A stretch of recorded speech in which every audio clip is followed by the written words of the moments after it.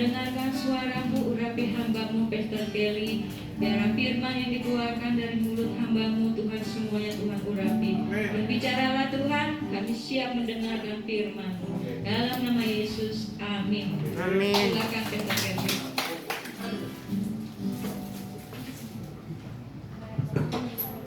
Shalom. Shalom, Pes. Ya, Bapak Ibu semua, selamat hari Natal. Selamat Natal, Dan Pes. saya senang sekali kita semua di sini bisa berkumpul sama-sama, bisa sama-sama bersuka cita, bisa sama-sama bernyanyi. Walaupun ada Omikron di luar sana, tapi katanya efeknya nggak kenapa-kenapa ya.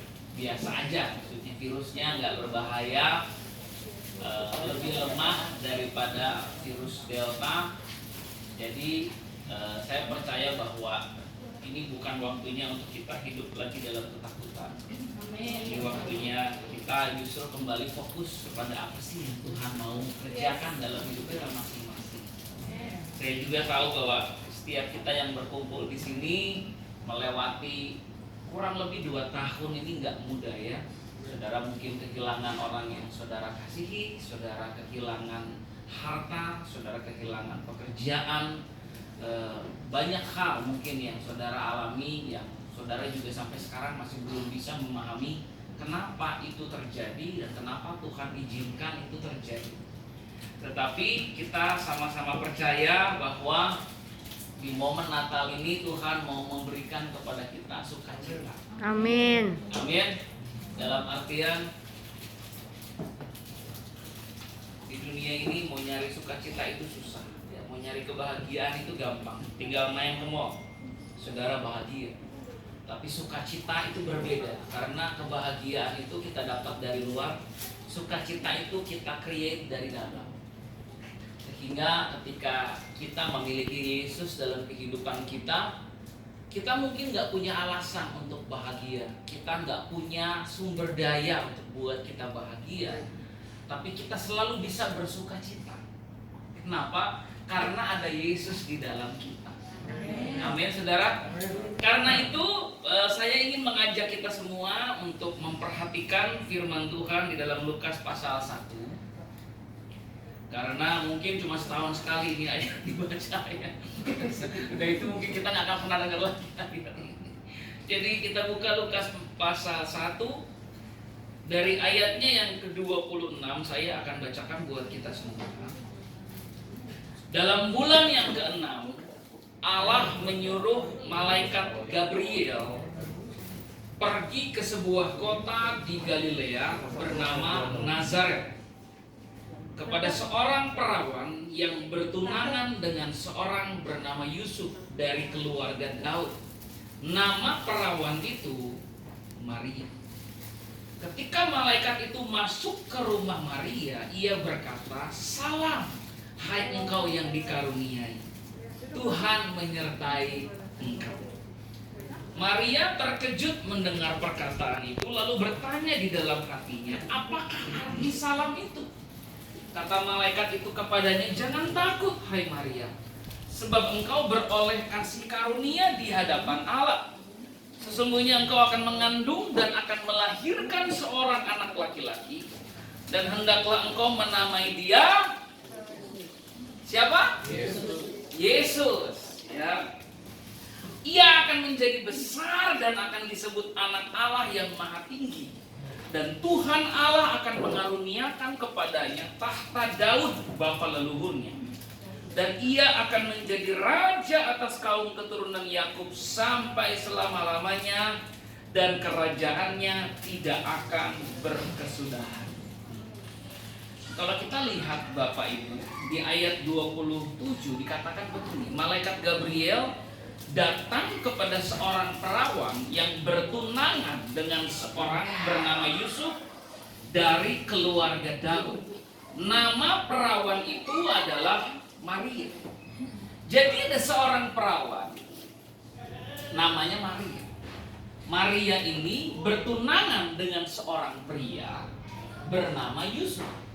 Di situ dikatakan bahwa Yusuf itu berasal dari garis keturunan Daud. Jadi Yusuf berasal dari garis keturunan Raja Daud, Maria bukan. Kira-kira kita bisa menyimpulkan seperti itu, walaupun banyak teolog yang masih berdebat soal ini. Tapi di dalam kitab Lukas 1 dan Matius 1, saya bacakan Matius 1 ya. Matius 1 ayat 16, Yakub memperanakan Yusuf, suami Maria, yang melahirkan Yesus yang disebut Kristus. Jadi Yusuf ini garis keturunannya ini dari garis keturunan Raja Daud. Maria kita nggak tahu. Yang jadi pertanyaan adalah kenapa Tuhan pilih Maria untuk melahirkan seorang bayi yang akan menjadi bayi yang menjadi juru selamat bagi banyak orang. Kenapa dia pilih Maria yang garis keturunannya kita nggak tahu siapa? Kenapa dia nggak pilih juga Maria, atau mungkin kan di situ nama Maria banyak. Pilih Maria yang juga dari garis keturunan raja, kan keren. Tapi kalau kita renungkan dalam hidup ini, ya, di dunia ini kita kenal yang namanya bobot, bibit, dan bebet. Kita tahu lewat film atau mungkin lewat kehidupan sehari-hari bahwa kalau kita seseorang mau menikahkan anaknya, orang itu lihat tuh bobotnya, bibitnya, bebetnya, pokoknya diperhatikan. Itu pasangan kamu darah biru nggak? Gitu ya. Pasangan kamu itu dari mana? Keluarganya bagaimana? Kita coba cari tahu karena kita pikir kalau dia berasal dari garis keturunan yang baik, pasti baik. Kemarin ada satu pasang kekasih yang mau menikah, tapi masih belum disetujui orang tua masing-masing. Padahal mereka saling mencintai. Mereka nekat datang ke Jakarta hanya untuk ketemu saya, supaya bisa sharing. Jadi kita ketemuan di Emporium, lalu mereka sharing begini. Dari keluarga suami, karena papanya sudah meninggal, tinggal mamanya. Mamanya nggak setuju dengan hubungan mereka karena mamanya melihat si cewek ini berasal dari garis keturunan yang kurang bagus. Jadi keluarga cewek ini suka kawin cerai, ya cicitnya kawin cerai, lalu adiknya kawin cerai, mamanya juga nggak akur. Jadi si keluarga si cowok ini takut kalau nanti si anaknya nikah dengan cewek ini nanti cerai juga, gitu ya. Garis keturunannya kurang bagus. Nah dari pihak si perempuan, orang tua perempuan nggak terlalu setuju untuk nikah dengan si cewek. Kenapa? Karena cowoknya bukan dari keluarga yang berada. Jadi kurang berada, kurang pas untuk nanti anak saya gimana, gitu ya. Nah saya merasa bahwa ketika Tuhan pilih Maria, Maria juga kaget.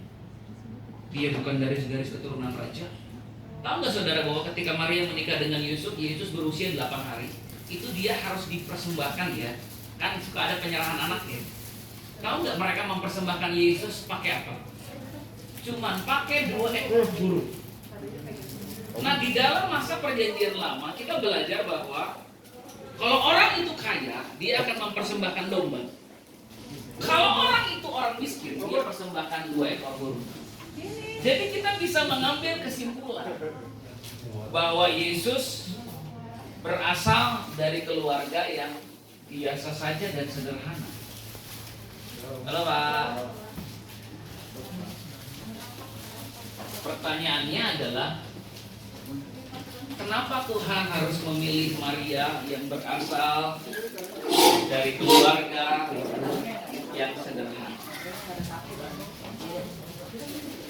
Silakan dulu Pak.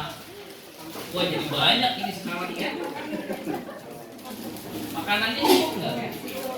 Oke,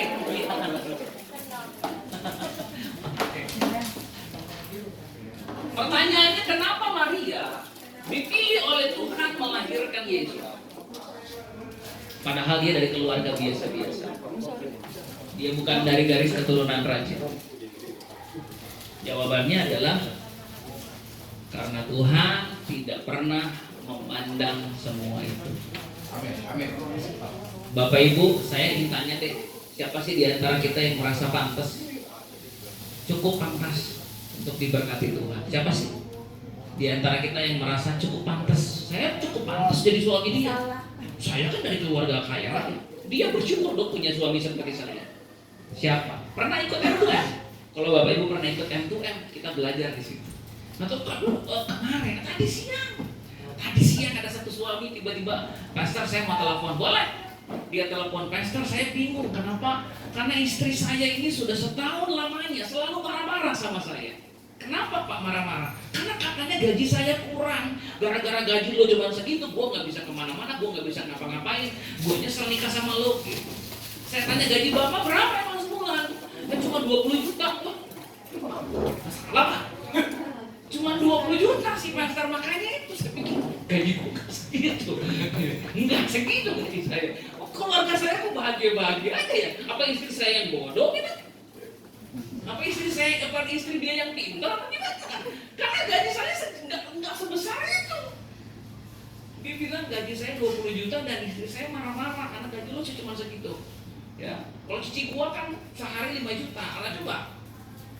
Dan saya mikir, pernah nggak dalam hidup saudara merasa begitu spesial, begitu istimewa, begitu keren, begitu luar biasa, merasa bahwa kalau istri gua sekarang punya suami seperti gua, harusnya dia bangga dong sama gua, ya. Atau kalau suami gua punya istri seperti gue, harusnya dia bangga dong karena gua ini keren. Tapi kalau kita lihat kehidupan Maria, saya mau katakan sama saudara, tidak satupun di antara kita di tempat ini lebih hebat dari dia. Karena dia melahirkan juru selamat yang akhirnya menjadi juru selamat kita. Ya, Yesus yang kita puja, yang kita sembah, itu lahirnya dari wanita biasa, yang garis keturunan. Jadi kita kagak tahu, tapi dipilih Tuhan. Natal mengingatkan kepada kita bahwa Tuhan tuh kagak peduli kita lulusan teologi atau tidak. Tuhan juga nggak terlalu peduli kita lulusan kuliah atau tidak. Tuhan nggak peduli kita S1, S2 atau 3 atau tidak. Tuhan juga nggak peduli kita dari keluarga kaya raya atau tidak. Yang Tuhan pedulikan cuma satu yang tadi dijawab oleh Ibu, hati. Makanya di situ dikatakan ketika Maria menerima kunjungan malaikat cuma bilang begini, "Hai, kamu yang kasih karunia oleh Tuhan." Cuma itu yang menjadi alasan Maria dipilih Tuhan, hanya karena Tuhan tiba-tiba jatuh hati sama dia. Lah kok bisa Tuhan jatuh hati sama Maria? Alkitab berkata bahwa wanita ini adalah wanita yang mudah sekali taat sama Tuhan. Makanya ketika Tuhan bilang, "Kamu akan mengandung," Maria bilang apa saudara? "Sesungguhnya aku ini adalah hamba Tuhan. Jadilah padaku menurut perkataan." Nah, saya rasa kalau kita udah kebanyakan gelar itu berat memang mau taat sama Tuhan, ya kan? Susah. Kalau udah kebanyakan duit susah. Kalau udah kebanyakan nama susah. Apalagi kebanyakan gaya tapi gak punya duit, makin susah. Mau taat susah. Karena kita merasa Tuhan itu harus gini loh. Kita tuh jadi memperlakukan Tuhan tuh kayak bos, kita tuh pegawai. Lu mau rekrut gua, berani bayar berapa? Gua lulusan luar negeri. Kalau gua kerja di tempat lu gaji gua berapa? Pernah nggak saudara tawar-menawar sama Tuhan ketika Tuhan mau panggil, mau pakai, mau pilih kita? Kalau Tuhan mau saya ngikut Tuhan, iya. Tuhan berani bayar berapa?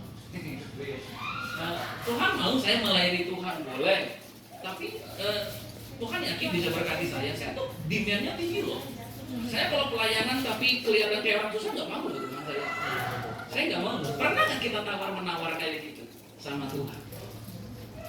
Di momen Natal ini saudara, saya mau bilang sama saudara, Tuhan kita tuh nggak peduli dengan yang seperti itu. Dia cuma memperhitungkan hati. Ketika dia lihat ada orang yang mau taat sama dia, saudara nggak usah khawatir dengan apapun juga, karena Alkitab berkata Bapak kita Bapak yang baik. Amin. Kalau anaknya minta roti nggak mungkin dikasih batu. Dia pasti kasih yang terbaik buat kita. Tetapi dari kisah Maria kita belajar yang pertama, Tuhan tidak memperhitungkan kita lahir dari keluarga seperti itu. Bahkan di mata Tuhan gak ada itu yang namanya anak haram, anak hasil luar nikah. Itu mah bahasa media.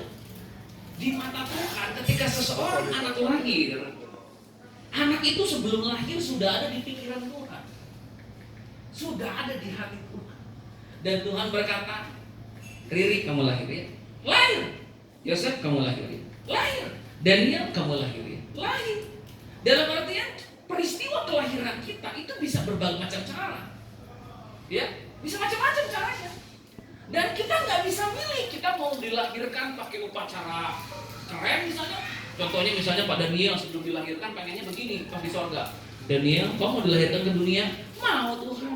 Oke, maunya gimana perayaannya kamu waktu dilahirkan? Saya pengennya pokoknya ada marching band, ya, lalu ada konsel Ariel Noah, saya mau. Baru setelah itu mama saya akan ngeden dan saya lahir. Saya pengen gitu, kan nggak bisa, kan? Nggak bisa, kan gitu. Saudara bisa nggak dilahirkan pakai prosesi bagaimana? Nggak bisa. Dalam artian ketika kita dilahirkan itu pasti 100% Tuhan. Ketika kita lahir ke dunia, kita bisa lahir dengan banyak cara, termasuk Yesus. Dia lahir di mana? Di kandang binatang. Ditaruh di mana? Di tempat makan binatang. Saudara tahu nggak kenapa ada lagu Silent Night? Kalau suami-suami biasa udah ngerti kalau udah married. Kenapa ada lahir lagu Silent Night? Silent Night, Holy Night. Kenapa lagu Silent Night itu muncul? Jadi peristiwanya begini. Ketika Maria dengan Yusuf sampai ke Bethlehem, tidak tersedia kamar di situ kan? Maria marah dong. Lo belum booking Traveloka? Aduh, lupa gua. Nah, sejak itulah saya kenal. Karena si istri kalau marah pasti diamin suami. Enggak, karena ya enggak ada hubungannya itu laki suami. Enggak ada hubungannya. Nah, cuma kita ya kan yang ngerti kan cuma yang nikah, didiemin sama istri itu gua udah salah. Seumur-umur belum pernah ada istri minta maaf. Kalau bisa itu berarti lebih sama Yesus.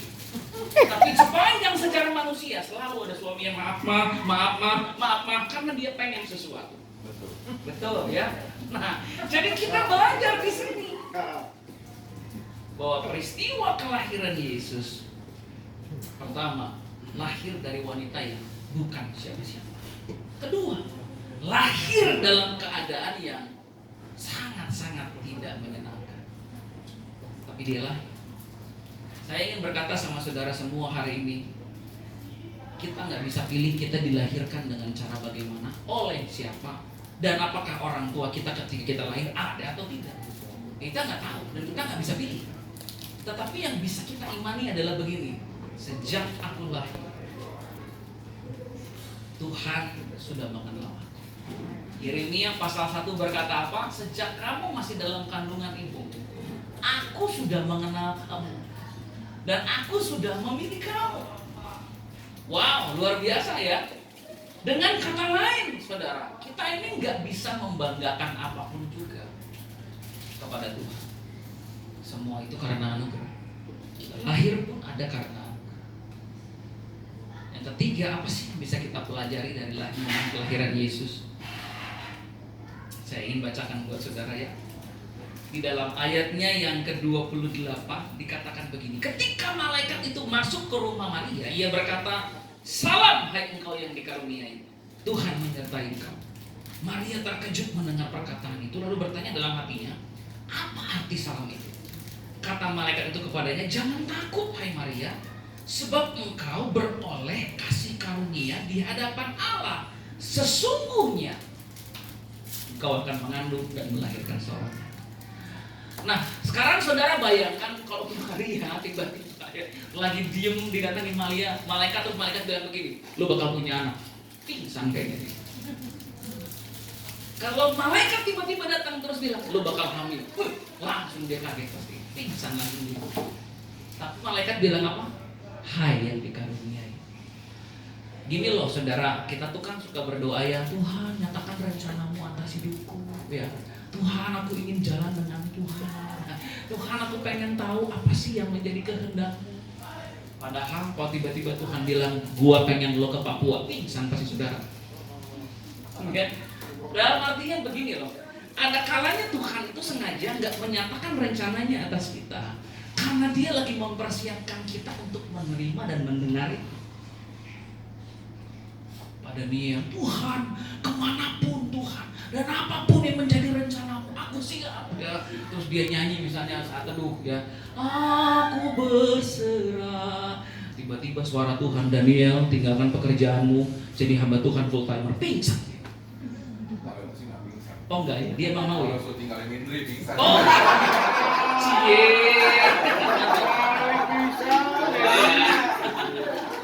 Oh gitu ya? Emang gitu Pak?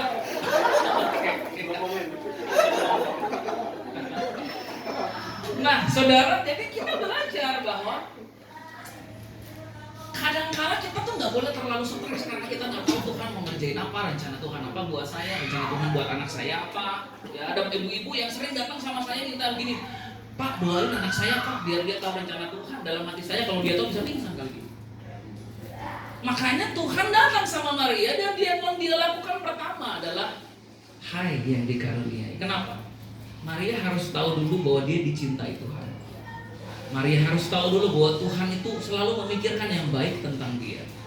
Maria harus tahu dulu bahwa Tuhan punya rencana yang indah buat dia. Maria harus tahu dulu bahwa ada kasih karunia Tuhan atas dia. Maria harus tahu dulu bahwa dia istimewa, dia berharga, dia mulia, dan Tuhan mengasihi dia. Maka ketika identitas Maria udah jelas, dia tahu siapa dirinya, dia siap menerima rencana Tuhan buat hidupnya. Nah, kalau saudara belum hari ini masih bingung, saya harus gimana, saya harus seperti apa, apakah saya harus menikah atau tidak, menikah dengan siapa, saya udah siap apa enggak, Tuhan kok nggak ngomong sama saya jadi stres. Saudara, saya punya saran buat saudara. Masalah Tuhan bicara itu urusan Tuhan. Tapi kita, you prepare yourself very well. Ada satu cerita sebelum saya menutup, karena saya percaya Natal ini jangan dengerin khotbah panjang-panjangnya. Kita tuh mau makan, kita mau nyanyi.